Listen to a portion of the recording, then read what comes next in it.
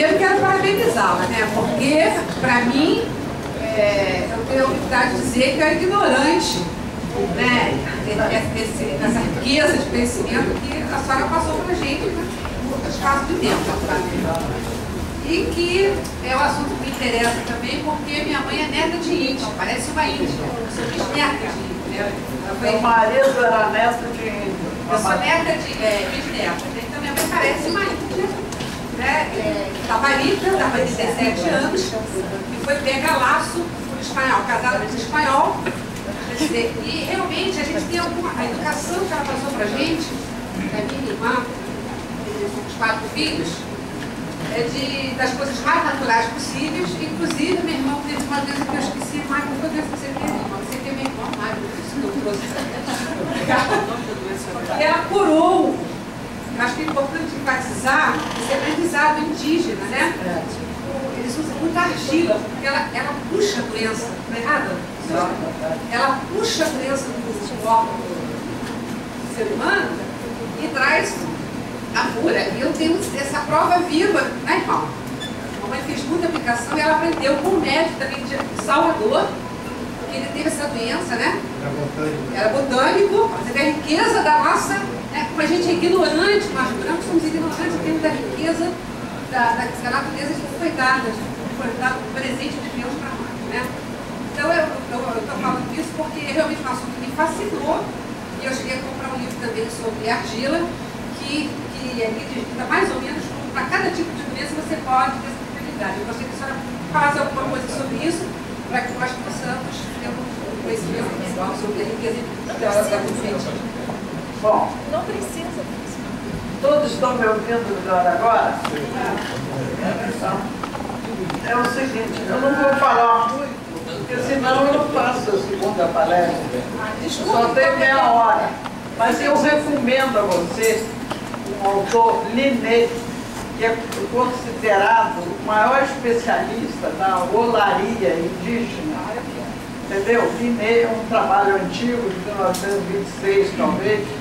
Esse está no livro, a indicação. Tá? Eu já pedi se ele fala no seu livro. Está no meu livro, a indicação. Tá? Agora, eu tenho um livro que, infelizmente, eu não posso dar nem que queira, porque está esgotado. O Alto Sertão tem um capítulo imenso só sobre a terapia holística indígena. Do que diz... Não, ainda não está disponível para download. A gente ainda está providenciando isso. Porque... Outra edição, né?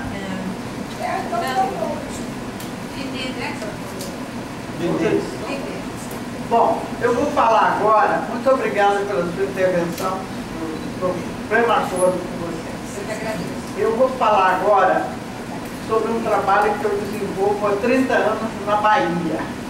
Eu tenho um projeto chamado Central, não é porque eu considero que meu estudo, minha pesquisa, o centro do mundo, mas por causa de uma cidade chamada Central, no Alto Sertão, era o centro das caatingas regionais. Então ela tem esse nome, eu tirei dessa cidade. E nesse Alto Sertão, que é o nome inclusive do livro, né, eu desenvolvo um trabalho, antigamente era 270 mil quilômetros quadrados, 5 vezes o tamanho da Holanda, do país Holanda.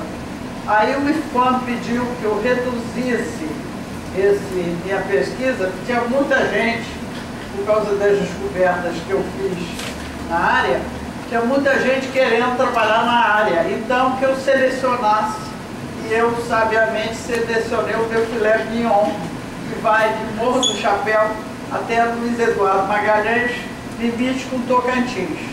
Então, eu vou mostrar agora aqui um estudo que eu venho fazendo de pinturas rupestres. São parentes. Dos 13 livros publicados, acho que metade eu falo sobre Bahia e Projeto Central. Dos 400 publicações que eu tenho, pelo menos a metade é sobre esse projeto. Porque lá eu sou literalmente atropelada pelas descobertas. Todo dia eu olho para um lugar e descubro uma coisa nova, né? E lá, por exemplo, ele vendo pinturas de animais pleistocênicos, animais que se extinguiram, na sua maioria, 11 mil anos. Talvez alguns tenham chegado até 6 mil anos, mas que ninguém sabia que o homem pré-histórico tinha desenhado esses animais. Eu descobri o felídeo, o tigre de dente sabre, aquele que tem aquela presa de 20 centímetros pintado, foi o último, foi uma emoção, porque deu o tigre. Tudo eu já descobri. O toxodonte, que se parece muito com o hipopótamo, mas não é aparentado ao hipopótamo, mas é um anfíbio. Descobri tatu gigante, cavalos. Antes dos portugueses reintroduzirem os cavalos, nós tínhamos aqui pelo menos 2 gêneros de cavalo, o Equus americus e um outro gênero de cavalo. O principal é o espécie, subespécie, mas eu esqueci o nome do gênero. E, então nós tínhamos cavalo, entendeu? E tínhamos paleolhama, tínhamos o urso, ali representado, depois eu vou explicar melhor, que a pintura rupestre, na minha maneira de ver, fala. Eu vou explicar como é que uma pintura pode falar. Não é? Então, vou falar sobre a tradição cosmológica. Hipídio, lembrei, Hipídio principal. Hipídio é um outro gênero de cavalo, Hipídio principal. Agora, às vezes dá um branco. Mas vamos falar sobre a tradição cosmológica. O que é isso? Eu já escrevi um artigo para que deram um doutorado da Academia Brasileira de Filosofia, doutorado no Sólido Saber. Eu escrevi um grande artigo comprovando que o homem pré-histórico foi o primeiro filósofo. Ele já tinha o mesmo grau de inquietação que a gente tinha. Foi a base da filosofia, de onde eu vim, que sou, para onde vou. Eles já tinham essa inquietação. Eles demonstram isso através de pintura rupestre e através dos enterramentos dos seus companheiros, da sua família, que eles colocam lá armas junto aos enterramentos e tal. Então vem de longe essa angústia que temos, que você sentar nos filósofos ficar uma semana pensando, meu Deus, o que estou fazendo aqui, porque só esse planeta possivelmente habitável e tudo, é uma inquietação horrível, né? E eles tinham mais tempo do que isso. E eles, então, tinham uma verdadeira ânsia de se inserir no universo. E como eles conseguiam isso? Através de pinturas rupestres que representavam astros. Alguns eram puros astros, por exemplo, o Sol, a Lua, as estrelas. Um grau mais complexo eram as trajetórias astronômicas, as conjunções astronômicas. Conjunção ocorre, por exemplo, Lua-Vênus a 548 dias só, entendeu? E há outras conjunções que nem o Ronaldo Mourão soube dizer de quanto tempo morria, mas que ele tem que consultar. E eu também não sei, não me aprofundei em tudo. Mas há coisas muito completas, como a marcação de solstício. Isso é algo absolutamente extraordinário, que há muitos milhares de anos, eles há 3, 4 mil anos, eles já representavam, e que o nosso índio, que o português encontrou aqui, ele já tinha perdido um pouco desse conhecimento. Eles já não tinham esse grau de aferição, de presumibilidade, não tinham. Entendeu? Então nós vamos começar aqui essa tradição astronômica. Esse quadro eu explico depois. Técnico. Bom, uma das minhas preocupações é quem era essa gente que fez essas pinturas. E essas populações indígenas tinham um alto grau de mobilidade, entendeu? Eles estavam aqui, por exemplo, na época do descobrimento tinha populações indígenas em Mato Grosso. Hoje eles estão, 500 anos depois, não é nada, eles estão na América Central. Isso me disse o Ariel da Linha Rodrigues, que é um grande especialista nesses grupos linguísticos pré-históricos. Entendeu? Então tinha um grande grau de deslocamento. E aí eu comecei a estudar os tucanos, inclusive o uso de alucinógenos dos tucanos, e comecei a ver se essas pinturas rupestres tinham relação com que população indígena. E apontou para uma coincidência, eu estava estudando tucano, alucinógeno, e apontou para o grupo tucano, o grupo linguístico tucano. E o grupo linguístico tucano, hoje, ele fica dos dois lados da linha do Equador.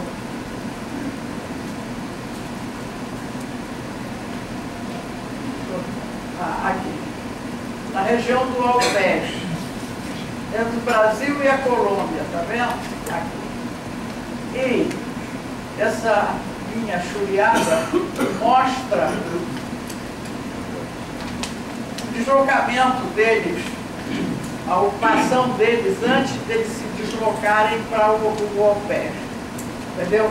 E eu, dialogando com o Álvaro Tucano, que estuda filosofia em São Paulo, pela tradição deles, eles tinham um movimento de pulsar, assim, dessa região do Alpes, para fora, para dentro do Brasil, quase todo, saindo do Brasil, para Colômbia, indo para o Equador, indo para Paraguai, indo para o sul também, depois se recolhia lá, pulsava e se recolhia de acordo com o clima, de invasões, vários acidentes, eles ficavam na região do Alpes de quando em quando. Verdade ou mentira, não sei, está na tradição oral dele. Segue. Segue. Bom, aqui, no primeiro nível, muito primário, a representação de um sol, né? De um sol.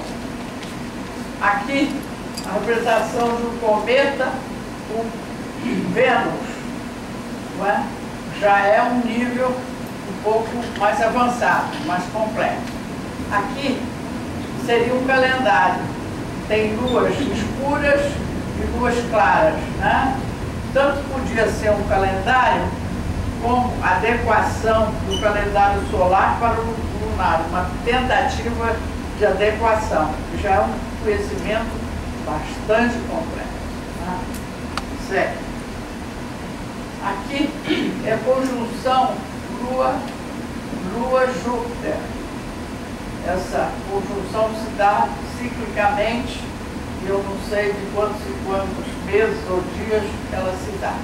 Mas sempre o branco está ligado à noite, aos espíritos, às cerimônias de iniciação, por exemplo, com tradição. Né? O vermelho, se fosse na África, era sangue, se fosse aqui, podia ser outra coisa. Para os tucanos, vermelho e amarelo têm alto significado. O amarelo é fertilidade e o vermelho é fecundidade. Aí vocês vão nos dicionários, como um primo meu que gosta de convencer, que disse, são sinônimos para o Aurélio, para o Wise, não para o geneticista. O índio está no nível do geneticista, porque para o geneticista o amarelo é fértil, a pessoa tem corpos amarelos, né? Ela está potencialmente fértil. Agora, está fecunda quando ela ovulou. Aí é uma diferença. Então, o índio sabe mais do que o Aurélio e o Wise. Então, aí eu acabei com a conversa. Aqui é a Via Láctea e horizonte é horizonte. Inclusive com um saco de carvão aqui que eles chamam, os astrônomos chamam. Então, a Via Láctea, de acordo com vários pesquisadores, inclusive com o Lévi-Strauss, era excelente para marcar estações, porque ela muda de localização, entendeu? Há estações que ela está de horizonte a horizonte, há estações que ela está vertical. Então, o índio conhecia essa mudança e também os astros variam em relação à Via Láctea e eles, então, sabiam se ia começar o ano, se ia não começar o ano, e marcava o ano pelas Pleiades, entendeu? O ano começava no meio do ano nosso, começava o ano novo deles, entendeu? As Pleiades eram muito importantes.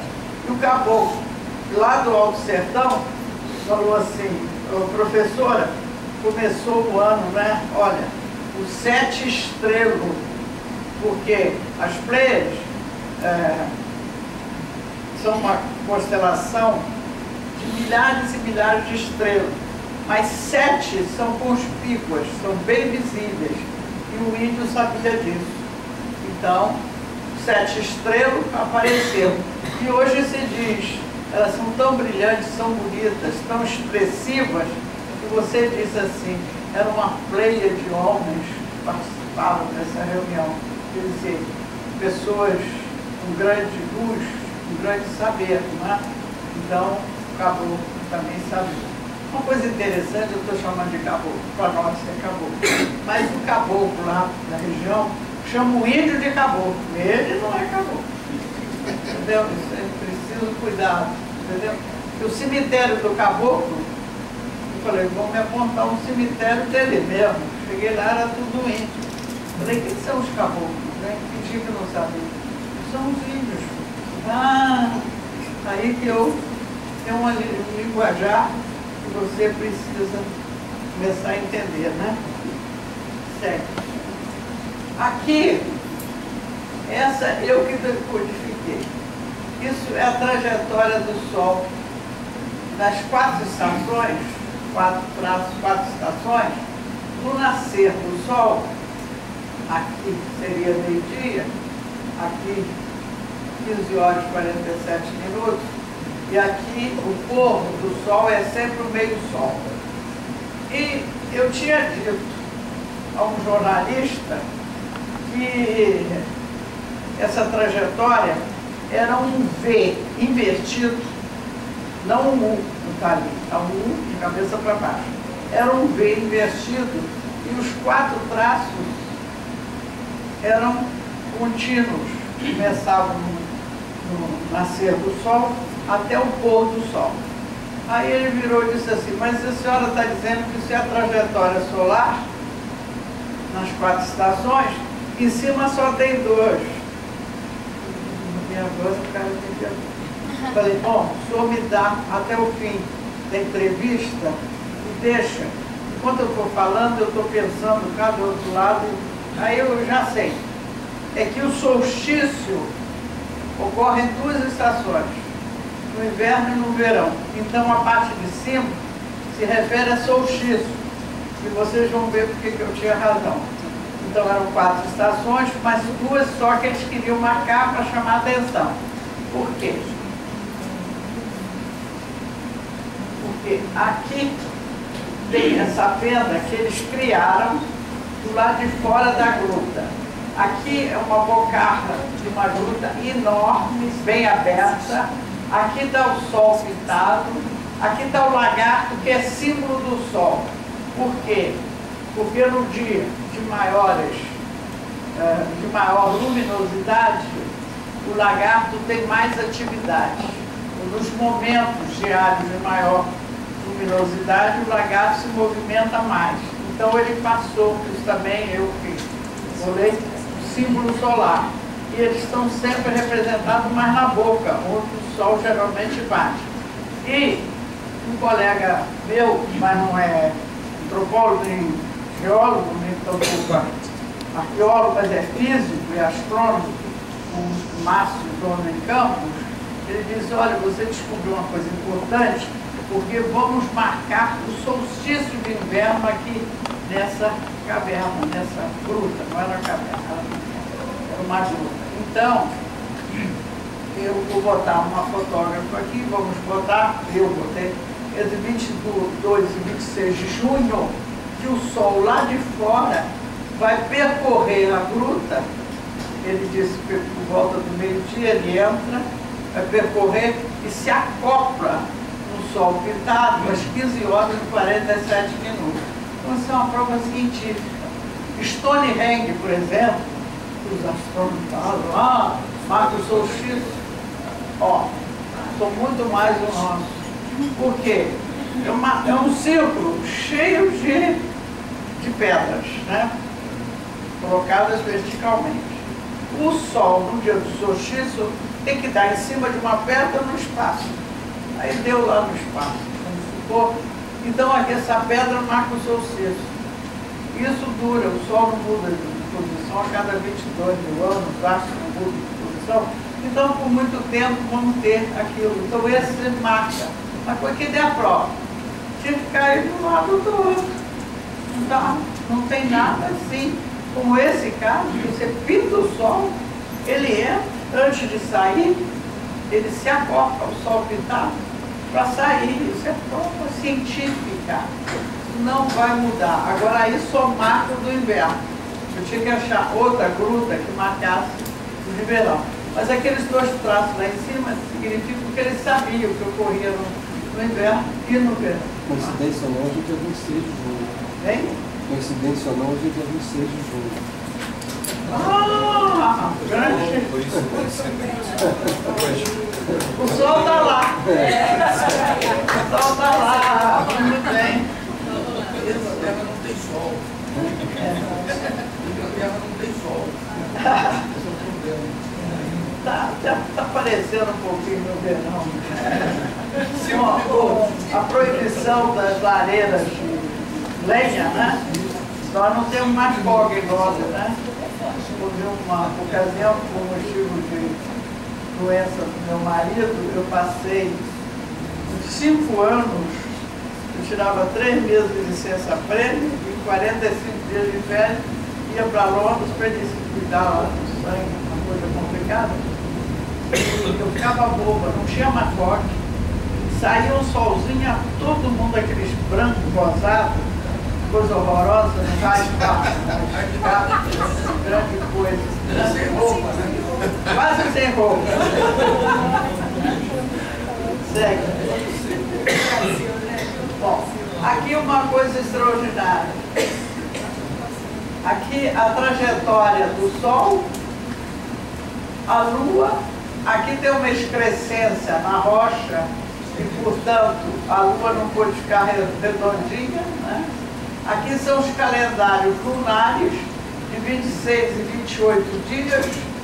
Aqui o calendário solar de 31 dias com o Sol poente, que eu já expliquei que o meio Sol é sempre o Sol poente.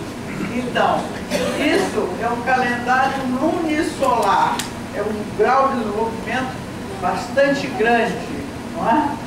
E hoje, no Oriente Médio, há populações que têm calendários até hoje lunisolar. E esse círculo aqui é o calendário lunar que está próximo ao círculo. São 108 traços com 9 círculos no meio desses 108 traços. Aqui. 108 dividido por 9 dá 12, o que me sugeriu um ano de 12 meses. Mas será que isso é possível? Depois não sei se eu tenho aqui a foto. Tem um traço vertical, de onde saem vários traços assim, 12, deixando 12 espaços de cada lado. Tem umas estrelas aqui, noite, um sol aqui, dia. E embaixo o traço tem 6 quadrados para cá e 6 para cá. Quer dizer, um ano de 12 meses. E diariamente as horas, sendo que as horas em cima, na passagem do dia para a noite ou vice-versa, elas são maiores. Aí eu fui para o Ronaldo Mourão, que trabalha comigo, ensinando no Chá. Estamos fazendo um livro juntos, já escrevemos artigo juntos. Ele disse a minha cara, as horas no passado eram irregulares, não eram iguais. E até hoje, nós, sem sabermos disso, nós falamos assim, essa hora custa passar, né? A hora tal custa passar. O índio já sabia, né? Então ele botou um espaço maior. Pode passar. Eles tinham ideogramas, entendeu? Eles tinham ideogramas, né? E cada um desses símbolos significa uma ideia. Né? Se isso é tucano, esse Y tem dois tipos de interpretação. Uma mais concreta, outra mais abstrata. A mais abstrata era a piteira cerimonial, né? Piteira cerimonial mais concreta. A mais abstrata significava necessidades, entendimento, outras populações, tinha toda uma explicação um pouco mais abstrata. E essa letra aqui, esse teograma aqui, eu suponho que saiu da cabeça, da galhada do cervídeo, né? Assim como a letra alfa, ela saiu da galhada do touro, do chifre do touro, assim e assim, né? Isso se sabe, são os linguistas que explicam, então vocês podem interpretar lá, eu interpretei aqui, não é? Sair da galhada do cervídeo. Isso não é osso, isso não é chifre, é osso. Essa galhada é composta de ossos, não é de queratina, por exemplo, que é o chifre do boi, a unha de queratina. São ossinhos que vão saindo, uma certa parte do ano eles ficam sem a galhada, depois tem a galhada. Aliás, houve um paredão que está representado todo o comportamento dos cervídeos, que são os veados, durante o ano todo. Nós fizemos o trabalho, eu botei um olho, assim, um olho civilizado, olhando, explicando o ano todo. Ele para disputa, para cruzamento com a fêmea, e, enfim, o acasalamento, o nascimento de um cervídeo, está tudo representado lá. É um painel muito bonito, tem painéis lindos. E esse tipo de cervídeo, que é o veado galheiro, ainda existe hoje o veado galheiro, não nessa região, que já mudou o clima. Era uma lagoa permanente, hoje ela é sempre permanente, só nas águas lá em Morro do Chapéu, o painel fica no Morro do Chapéu, é que tem a lagoa, de maneira que esse veado não poderia sobreviver lá. Então mostra uma fase do passado em que existiam esses veados. E por que Galheiros sobreviveu? Porque a carne não é tão saborosa. Todos os outros foram comidos, mas menos o galheiro. Certo. Aqui, o uso de alucinógenos. Nós temos aqui o mocho, né?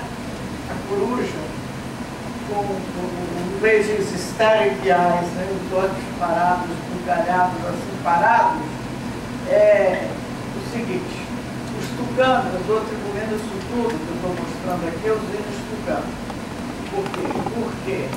Porque tem um painel dos ursos em que dos 20 padrões decorativos dos tucanos, 17 estão expressos no mesmo painel. Isso é muito, entendeu? Não pode ser, porque quando você ingere alucinógeno, surge naturalmente na sua retina vários geométricos, são 7, por exemplo. Se você tem 11, já é estranho, não deve ser só pela influência do alucinógeno, mas você tem 17, 20, então é uma coisa cultural, não é provocada, entendeu? Então, esses filhos tucanos, eles tinham 2 tipos de alucinógenos, tem até hoje, estão lá no Alpeg, tem lá o xamã dele, tem o pajé, tem tudo. Então, eles tomam alucinógenos, só os homens, né? E começam com o aprendizado de muito jovem, toma uma colherinha, vai subindo, com uma certa idade já pode tomar uma taça ou 2. Eu não estou aqui pregando o uso de alucinógenos, porque é horror tudo isso. E eles tinham uma sabedoria, que só tomavam quando os homens se reuniam. Não é esse negócio, eu vou para lá, vou tomar só time, né? O branco vai para lá, desmaia, fica em coma, dá um trabalhão. Eles fazem uma dieta, no resguardo de 40 dias ou 45, para tomar numa reunião. Para que eles tomam? para adquirir conhecimento. E eles tomam ou o chá, que é o iagé, ou o pixó, que é um copo alucinatório. Eles adquirem conhecimento. Só o xamã pode tomar 2 taças. Quando eles chegam a esse nível de uma taça ou mais de uma taça, eles vão além da Via Láctea. E além da Via Láctea, eles sentem o corpo, né? Digamos, a alma sai, né? Vai lá, e lá os bichos falam uma língua que eles podem entender perfeitamente. Eles falam a língua. Lá mora o primeiro casal, mora a cobra canoa, mora uma opção de elementos, de bichos, de pessoas que estão lá, mas é para atingir um certo número de conhecimento. E os bichos dão broncas terríveis nos índios, dizendo, vocês estão me matando demais, não pode. Então eles estabelecem os tabus, né?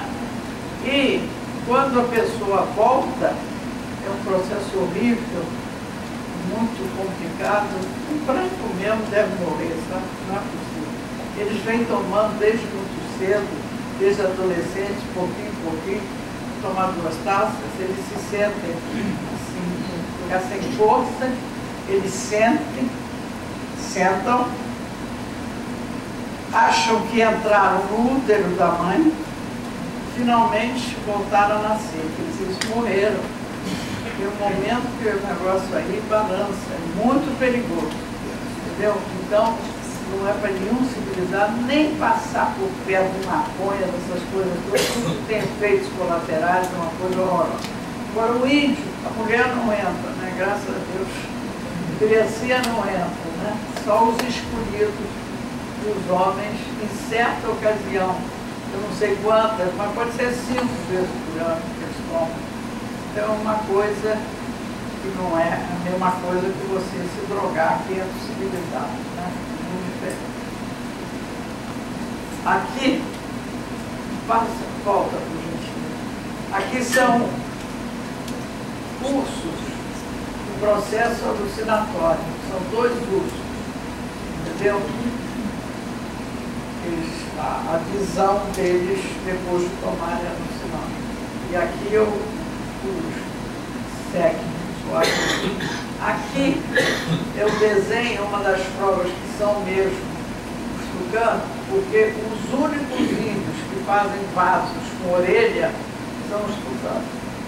Eu vaso justamente onde guardam os alucinógenos.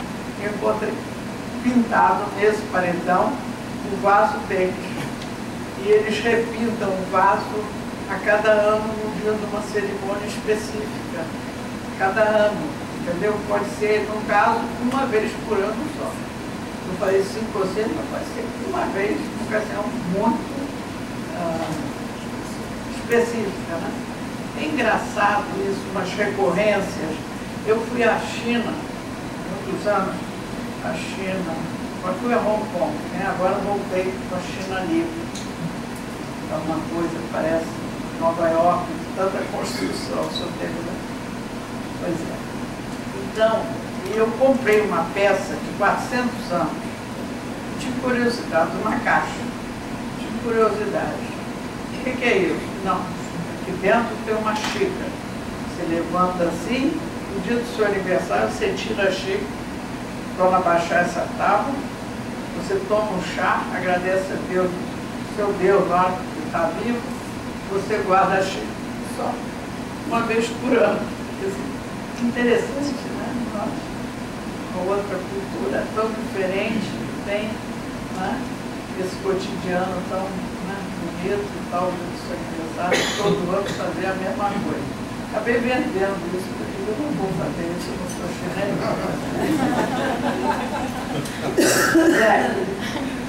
Aqui é o personagem Trovão, não está muito claro, né? Mas ele está todo eletrificado aqui, braços, perna, cabeça, né?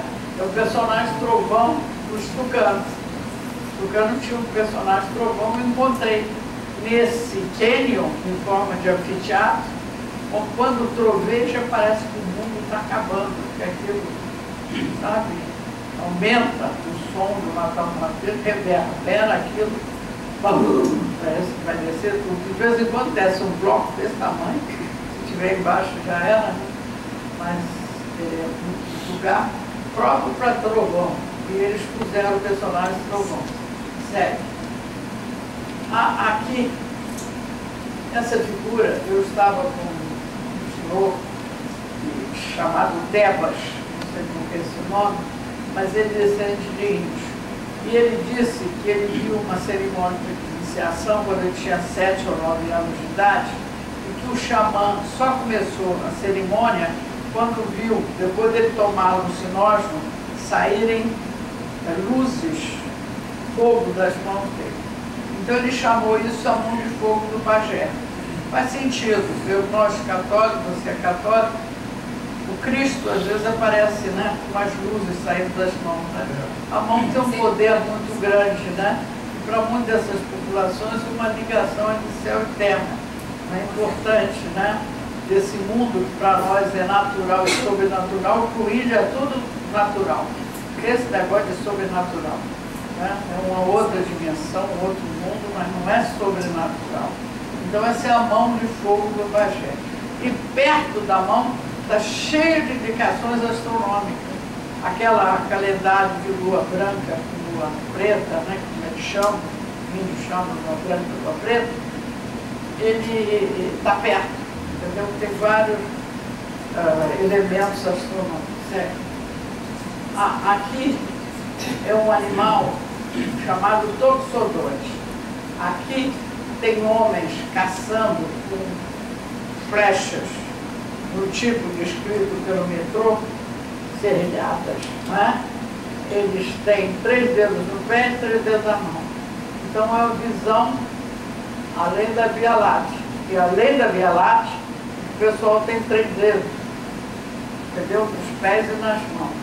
O toxodonte está ali representado com uma transmutação, uma coisa própria também do índio e do homem pré-histórico.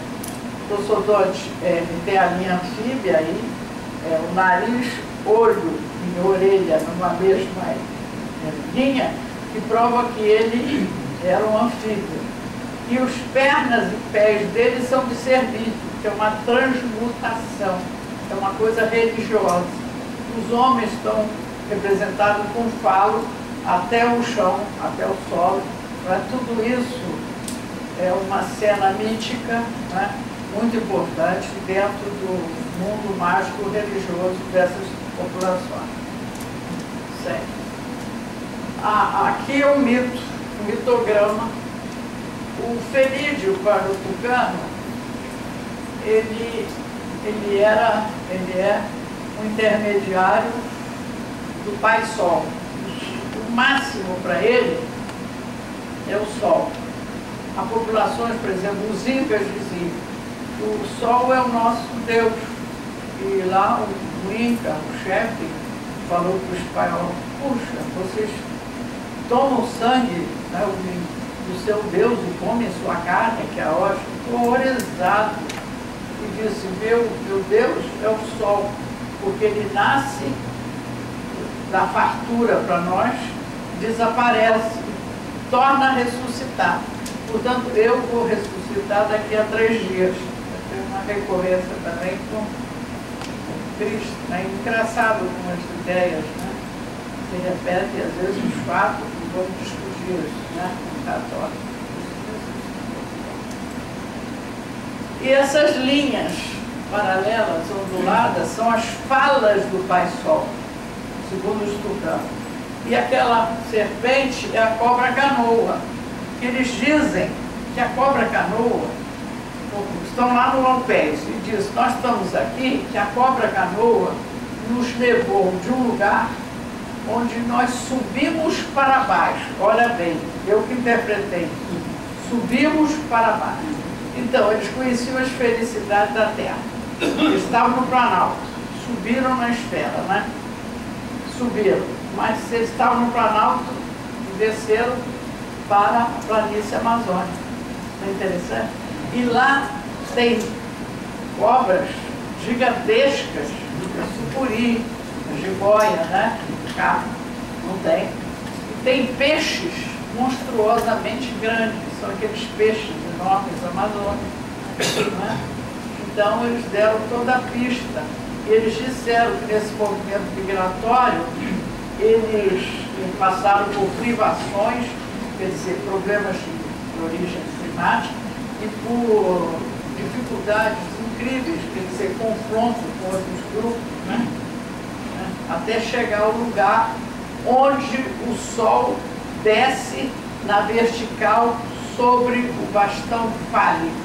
Quer dizer, eles tinham também um sistema de colocar rochas em pé. Encontrei vários alinhamentos desses, ou monolitos orientados, nesse caso. Um monolito aqui orientado. Então, eles vêm, ele é mais gordo, mais grosso aqui e mais fino na lateral. Esse está bem a calhar.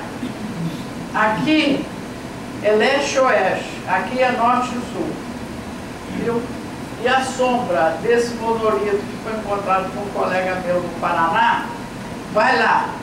Eu encontrei o meu monolito na Bahia, já a sombra é menor. A proporção que você caminha, quando chega no Equador não tem sombra. Então eles sabiam, o local onde o Pai Sol cai diretamente sobre o bastão fálico. Para ele é um bastão fálico. Bom, entendeu? Então tudo isso eu pude codificar no outro trabalhão. Aqui é a representação do tucano, fertilidade e fecundidade, amarelo e tal, e vermelho. A cruz em diagonal quer dizer vagina. Aqui essas linhas paralelas colocadas verticalmente, essas linhas paralelas quer dizer continuidade biológica e social. Entendeu? Tudo isso é tucano. Tudo isso tem uma interpretação dentro do mundo mágico, religioso, social, que é tucano. Segue. Bom, eu digo que pintura fala. Aqui nós temos pintura rupestre. O urso, estão vendo o urso aqui? Um olho, outro olho, orelha, orelha, sentado com a mão para cá, sentado aqui. Aqui o que é isso? O V.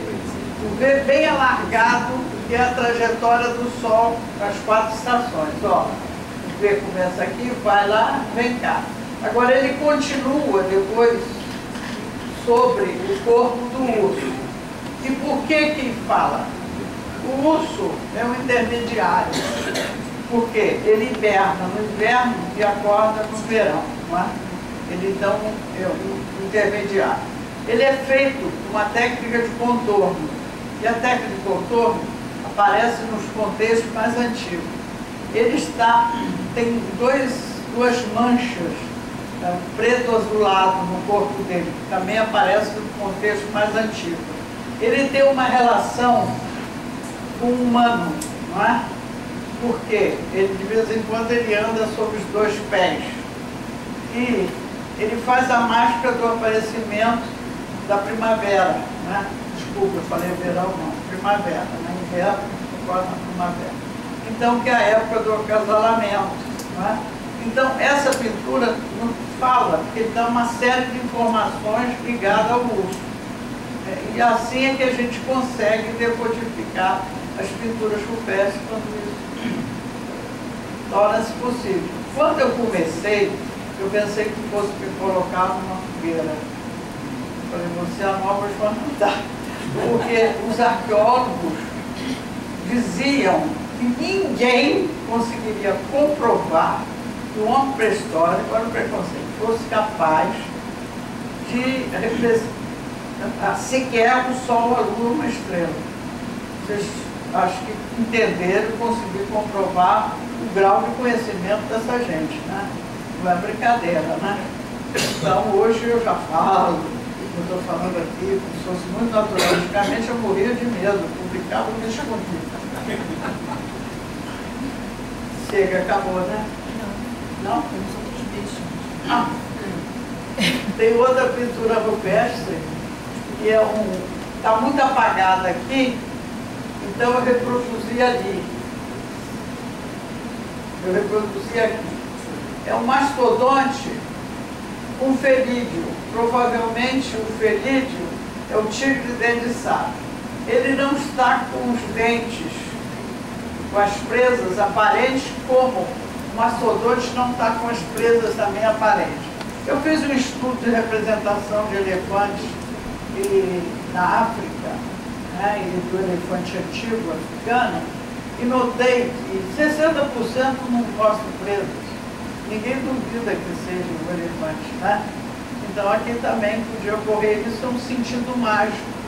Agora o interessante é que debaixo da